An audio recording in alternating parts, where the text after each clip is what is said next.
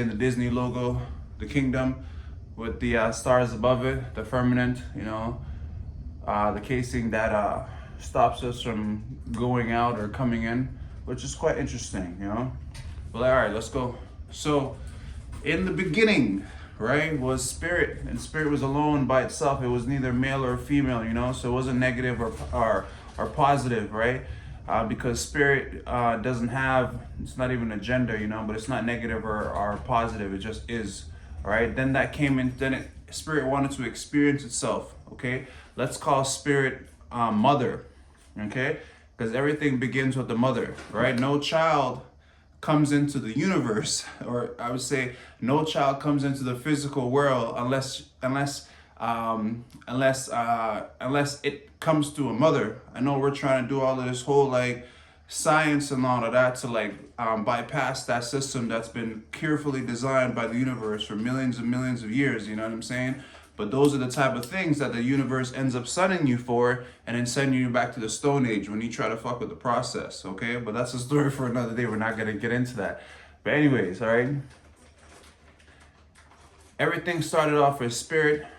It does not, neither negative or positive. It does not have a gender. Spirit was just in existence. It wanted to experience itself because it was everything, but it was also just nothing. Nothing was really happening. So it wanted to experience itself, right? So spirit created, went from spirit to energy, right? And energy is just sound vibrating at different frequencies, which ends up, and the slower the vibration, I'll slow down, right? The slower the vibration, the denser the vibration, which becomes matter, So I'll put it like that, right?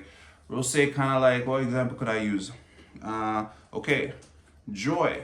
Joy is, or love, God is love, God's amor, God is amor. Yeah, God is amor, right? Amor is love in French. So God is amor, God is love, okay? Love is the highest vibration of frequency. Okay, and then you kind of have like anger and jealousy and hate down at the bottom. So those are different vibrations of frequencies. So as a person, and these are emotions, you know what I'm saying? And you can utilize emotions to see different levels of vibrations of frequency that a person is vibrating at. All right, for instance, if someone is angry and they're upset, they look like this, their face is all like crunched up, or mad, right?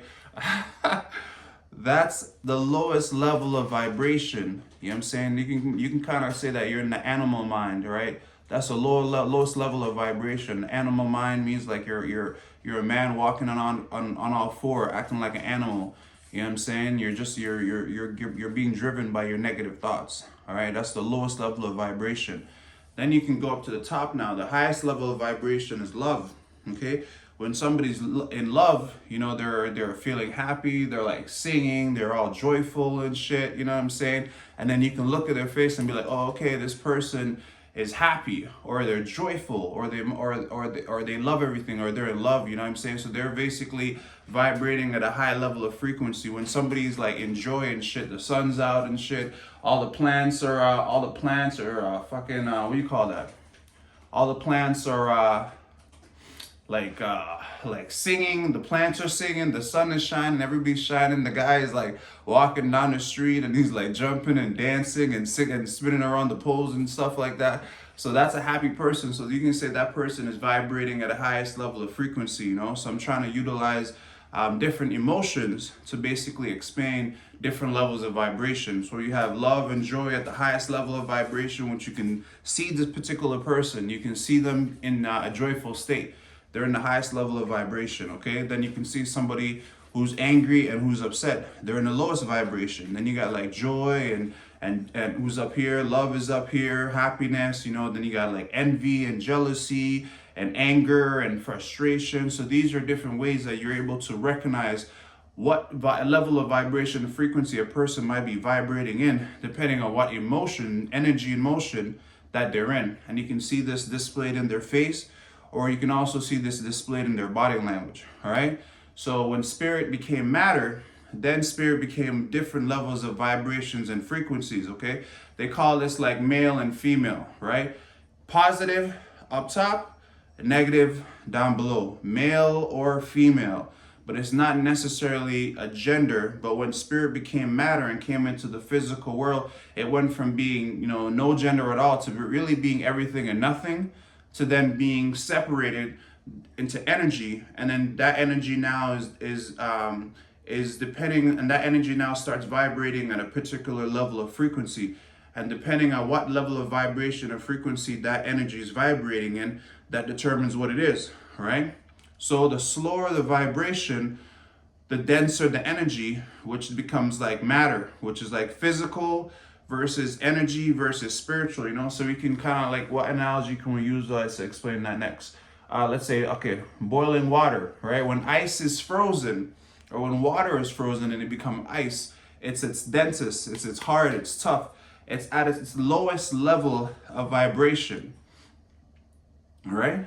But let's say you take that ice out the refrigerator, so the environment changes, right? The environment changes, which is also a big deal. The environment changes, so the ice is no longer in the refrigerator, right? Now the ice is on top of the counter. Now because it's a lot warmer, right? Instead of in the refrigerator, it's a lot warmer, so now ice starts to melt. So the ice then turns to liquid. That's the ice itself has now increased in its level of vibration, and the physical structure of the ice changes from being like dense and cold and hard at a low level of vibration to now it's turned into water. So it's increased in its vibration. So now the vibration of the water is now vibrating at a higher frequency when it's liquid, as opposed to when it's solid, when it's ice. All right, that's a different level of vibration. So now I'm utilizing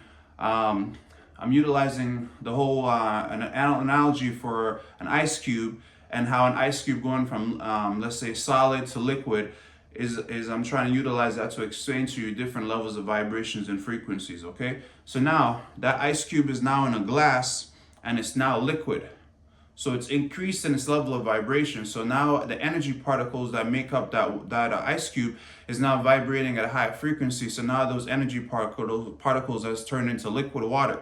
Okay, now let's say we take that water and we put it on the stove and we turn the heat up.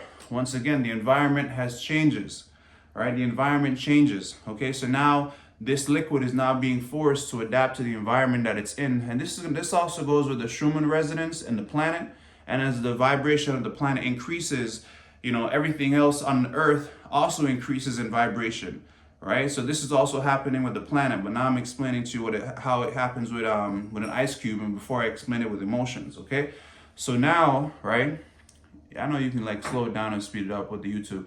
So now I turn the stove on and I take the ice cube, which now turns into water, and I pour it into the stove and I turn the heat up high, right? So now the environment has changed, and now the temperature is a lot hotter. Okay, and this also goes with like the ice age and I'm not gonna curse. This also goes with the ice age and things like that, So we're not gonna get into that. Anyways, that's a long story. We'll bypass that for now. All right, so now we turn up the heat of the water on the stove, and now the liquid that's inside the pot, is now boiling, right? So now the temperature is going up. The vibration and frequency is changing. Okay. So now the water, who's then turns to liquid, is now turning into steam. As it goes from liquid water to steam, now the energy particles that makes up the water, which originally started off as a ice cube, is now vibrating at a higher level of frequency. So now it's turned into steam. So now when it's steam, it's vibrating at a higher level of frequency, okay? So now you can actually still see the steam that the water has turned into, because the temperature has increased, so it's now vibrating at a higher level of frequency, okay? Now, the steam then disappears into the air. You can no longer see it with your physical eyes. It's still in existence because the energy is still there. You're just no longer able to recognize it because your eyes is only capable of seeing a particular level of vibrations and frequency. After it gets to a certain amount and it starts vibrating at a certain speed, you no longer are able to see it. You're no longer able to perceive it with your eyes. It's kind of like when something is moving really, really fast, right? And it just goes, you know what I mean? Like a car, for example. If a car is going really fast, and it just flies by your face, you don't even see the car. That's how fast it's going, because it's vibrating at a higher level of frequency.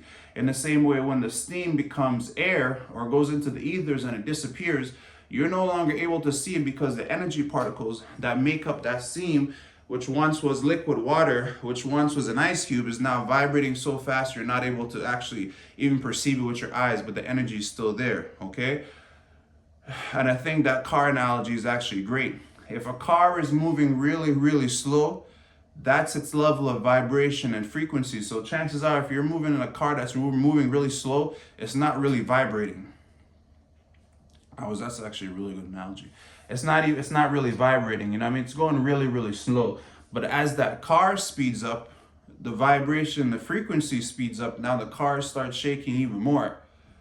All right, the car starts shaking even more. All right, and then the faster the car goes, the more it's vibrating on the inside of the car. Or if you're on the outside of the car, if it's vibrating really slow, you can actually see the car. It's like, oh, this car is coming and it's moving really slow. But the faster that car goes, the less you're able to perceive it with your physical eyes. All right, so that's just vibrations and frequencies. Now that's the whole concept of negative versus positive, right? Slow versus fast. You know, once spirit became matter, the matter world, or the world that we live in right now that you're watching me in, this is a world of duality, which both male and female exists, but it's not really talking about sexuality. It's really just talking about different levels of vibrations and frequencies, okay? And then everything is vibrating, and everything it has its own frequency, and everything has its own vibration, okay? So the chair that I'm sitting on has a particular vibration and frequency, which is the reason why it looks like a chair to us, because we've labeled it chair. So if any concept or any seat that comes out that has like potentially, you know, 4 legs and a rectangular base, you know, and somewhat of a back, we'll call it a chair, because our eyes have been trained to recognize that particular vibration and frequency. Okay, if something is a cup or something like that, or my bottle of vitamin water, right? My bottle of vitamin water.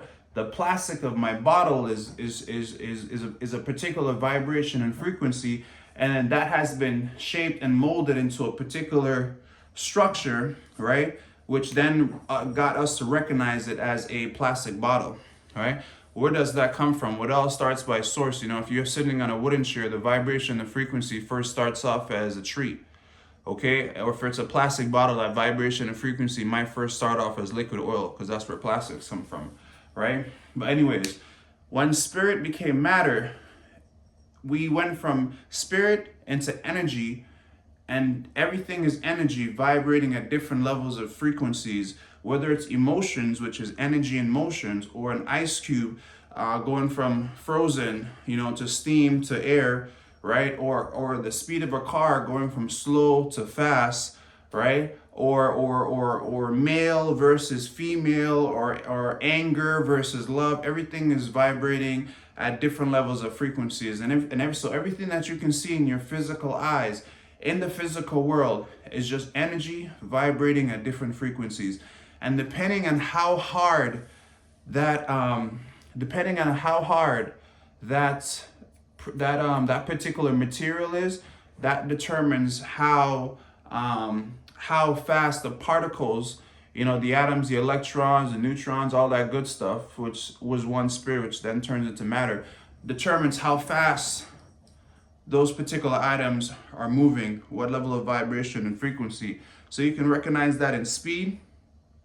You can recognize that from a solid object to a bendable object to an object that you can pull apart. You know, the structure is not as good, so it's not vibrating as quickly. You can also recognize vibration and frequency as emotions. Okay, energy and matter, emotions. You know, anger to love.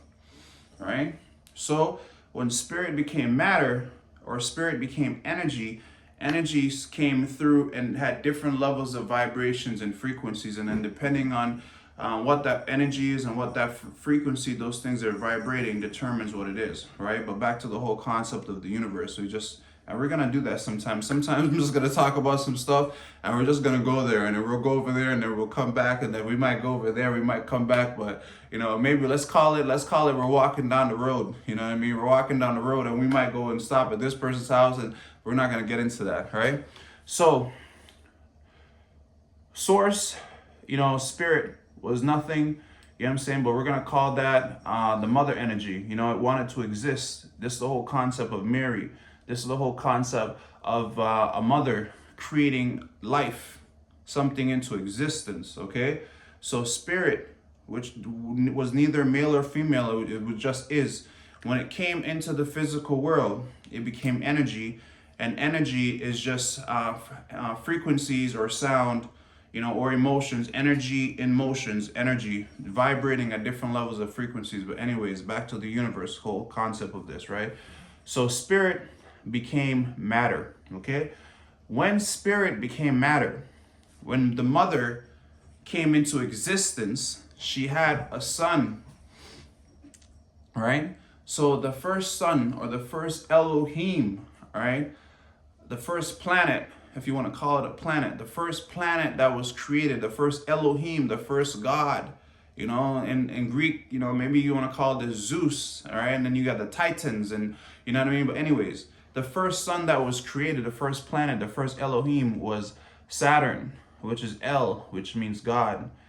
Saturn, or El, is the first planet or the first sun that was created by the universe, the mother. Okay? So I guess we can say spirit was nothing, but it was also everything. It was the source of all things, and it wanted to create, utilize itself to create something. So physics, so spirit moved slower. I guess you can say the spirit probably slowed down a little bit, right? Or started slowing down, or starting speeded up, and then became energy, right? Because spirit started moving, energy in motion. So when spirit started moving, started creating, it started becoming energy in motion, which then it started having a different level of vibration and frequency, and then it came into the universe, which is the world of duality, where both male and female exist, right? So spirit, which was standing still, doing nothing, started moving, which became energy in motion, right? Which then created itself, which is the physical world, and the physical world is called the universe. We call that the mother, because everything is within the universe, and the universe is the mother's womb. You know, it's just a representation of the mother, right? So the universe came into existence from spirit. Now, the first son of the universe, the mother, right? This is the whole concept of Mary and Jesus, you know, but that particular story has repeated over and over and over again, and you know, throughout the centuries, depending on which vegetation god. So it's really about the story of, we're not going to get into that, right? So spirit came into, and it started moving from energy in motion, then it became energy once it started moving, and then that's how the universe was created, the Zootakaios, you know what I'm saying, the womb of the mother, right, which everything exists. And the first son that the mother produced was Saturn, right, which is El, right, which is the first son of the universe, you know what I'm saying, the first Elohim, right, which was the first planet that was created by the universe. That's why Saturn is called Father Time, because time began with Saturn, right? Because nothing, no other planets, no energies existed before Saturn. You know, so when Saturn came in, that's why he's Father Time, because Saturn is the father, but he's also the first son. Okay, let me explain that principle, right? All other planets were once satellite planets of Saturn. And what I mean by that, at one point, Jupiter, Mars, Earth was actually rotating around Saturn. Okay, what do I mean by that? So basically what I'm trying to say to you is that the universe had her first son, which was Saturn, and then the universe and Saturn then went from the son to becoming the father, and the father, Saturn, and the universe, the mother, started coming together and started producing more children, which then started off as satellite planets, kind of like the moon rotates around the earth, but we're going to get into that because that's not even true. But anyways, right? We're not even there yet, right? Anyways, right? But anyways, so all the Elohims, all the planets were once rotating around Saturn as a satellite planet, because Saturn was the first son of the universe, who then became the father, And then with the universe, the mother started creating other bodies of energy, other planets, other Elohims, and they started off small when they were rotating around Saturn, right? Because Saturn is the one that's married to the universe, because Saturn is the one with the rings, right? And it's also the pineal gland of the universe. You know, we're not going to even get into that yet, right? But anyway, Saturn is the one with the rings. So Saturn is the one that's married to the universe, which is the mother, right? But if Saturn and the universe first started off as the mother and the son, but then as Saturn grew older, he became the father. Then the father and the mother started having children together, and those children were other planets like Jupiter, Mercury, all of these energy bodies of energies, other Elohims, which were once rotating around Saturn, the one with the rings, right? But as those, because they kind of like when children are first born, they stay next to their mother and their father. But as they get older, they start developing their own vibrations and frequencies, their own independence, and then they start to drift away from their mother and father, and then they go out and find their own space to create their own life, which is what the Earth did. She was the last planet, right? The youngest planet, the last planet that was rotating around Saturn, which was once a satellite planet of Saturn, and then she stepped off and developed her own vibrations and frequency. Then she started creating her own children, you know, with the universe. It's crazy, right? Which is why, and then we're the product of her, right? We're the product of the Earth, right? And the universe, you know. It's just we're just children of children of children. This whole entire concept goes from, like, you know, so for instance, you who's watching this, you have a mother and a father. That mother and a father had a mother and a father and a mother and a father. Then that mother and a father had a mother and a father had a mother and a father. Then that father had a mother and a father and a mother. So that's basically the whole entire exact same concept. You know what I'm saying? Like, it first started off with the universe and Saturn, which was the mother and the son, the first son, Saturn, and then after Saturn grew up and then became the father, and then the universe and Saturn had other children together, and those children used to rotate around Saturn, and then they started disappearing off and then creating their own, you know, the own thing that they got going on right there, right? And there's a whole bunch of other stuff when it comes to that, but we're not going to really get into that, right? So that's the whole concept of how Saturn was the first son of the universe, and also Saturn was the first son. Okay, there's another whole part of that, right? Why is Saturn the sun? All right, and as you can see, because Saturn was the first Elohim, the first planet, time started off with Saturn. And because Saturn was the first Elohim and the first sun, over time, as Saturn got older, Saturn became the father, and then the father in the universe started having more children, and that's where you get the other Elohims from, which is just balls of energy, you know what I'm saying, vibrating outside of the firmament. And because those things have their own vibrations and frequencies, they affect the things that happens down here. I guess we'll get into that next, right? We'll do that because we're gonna stay up there for a while before going down and going down and going down. We're gonna start off high. I don't know. We're gonna flow with it. We're gonna see where it takes us, right? Okay. All right. Let's talk about planets now. Since we have that conscious understanding of how spirit started moving because it was standing still, then it became energy in motion, right? Energy vibrating at different levels of frequencies, you know, and then the first sun, the first energy body, the first ball of energy that the universe created once it came into existence, the first sun that the mother created once it came into existence was Saturn, which is the reason why time started with Saturn, and then Saturn and the universe started coming together and started making other children who were satellite planets around Saturn. But then those children themselves grew up, developed their own vibrations and frequencies, separated from their father, but they're still with their mother. But the father is still there because the father is in charge of the time, the pineal gland of the universe, you know what I mean, of everything. And then they started creating their own individual realities, okay? Let's now get into the Elohim, the gods, okay? I know what, you know, mostly the government, which is the people who want to control your mind, you know, government, mind control, right? They tell you that Saturn and Jupiter and Mars and all of these different places are physical planets that they can go visit, right? That's a lie, right? Saturn and all, they're not necessary planets because they're not actual physical things. They're just energy vibrating outside of the firmament, right? So they're not actual physical planets. So you can't actually land anything on them. You can't go to them. You can't get in a rocket and fly to Mars, right? All right. I don't know if we're gonna really get into that whole like the Disney logo. Okay, so anytime Disney, 666, right? Anytime Disney puts out a movie, they always shows you the kingdom, which is Earth, and then it has the stars that go over the kingdom like this, okay? The stars that go over the kingdom, that's called a firmament. It protects, nothing can go out of it and nothing can come inside of it. So there's no aliens coming from outer space to do anything to you. Anything you see up in the sky flying around or floating around, it's most likely the United States government. You know what I'm saying? There's no beings coming from other planets, okay?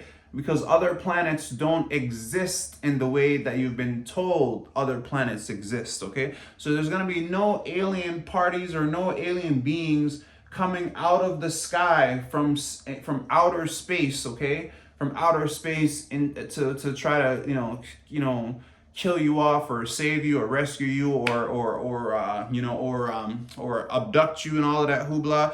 There's no other entities that can come in through the firmament to do anything like that, okay?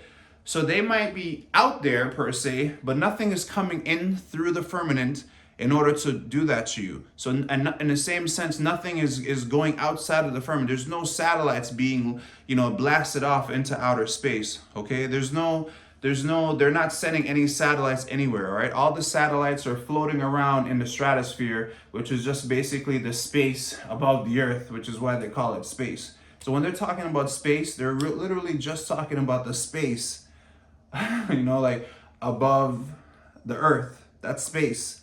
There is no outer anything. No one is going outside of the firmament, okay? No one is going outside of the dome, okay? And I guess that's what I kind of want to explain is that the Earth itself looks like the physical included in the firmament, okay? Because once you get up to a certain point, you will hit the firmament. So it's actually a physical object. You just can't see it with your physical eyes. But the whole entire concept of the firmament is basically just like, or not the firmament, but yeah, rainbow is basically light, which comes from the sun, is bouncing off of the glass dome, which protects us. Right? That's what a rainbow is. A rainbow is just kind of like if you had like when it rains or water, you know what I'm saying, and you shine a light through it, you can kind of see the rainbow. Okay, it's kind of like this in the summertime when you have a hose and the sun's out and it's a beautiful summer day and you turn the hose on, you can see the rainbow in the water. All right, so that's basically when you see the rainbow, that is the light bouncing off the glass firmament that basically protects us and holds our atmosphere in so we can breathe, right? Because space or outside of the firmament is really just water. You have water above and then you have water below us, okay? We're basically surrounded by water. Even the exact same thing, like I'm here breathing in water, right? And then the different levels of like the water that's in what you call in outer space or outside of the firmament is a lot denser, where there's probably no oxygen, no nothing in it, right? It's kind of like maybe if you were to put something in it, it's unable to move, right? Because it's invisible space, but it's not empty. It's filled with things, so you can't actually move through it. You basically would be stuck in place. Versus the ocean. The ocean, it's a little bit denser. There's less oxygen in it, but you're able to move through it. You know what I'm saying? But we can't go down there because we require more oxygen than what you would find in the ocean. You know what I'm saying? Even though we're 70% water, so everything is just water. But we're not gonna get into that yet. That's a story for a whole entire night. I hope this thing is even recording. Let me stop for a minute just to make sure it's recording. So, wow. This thing stopped recording a while ago.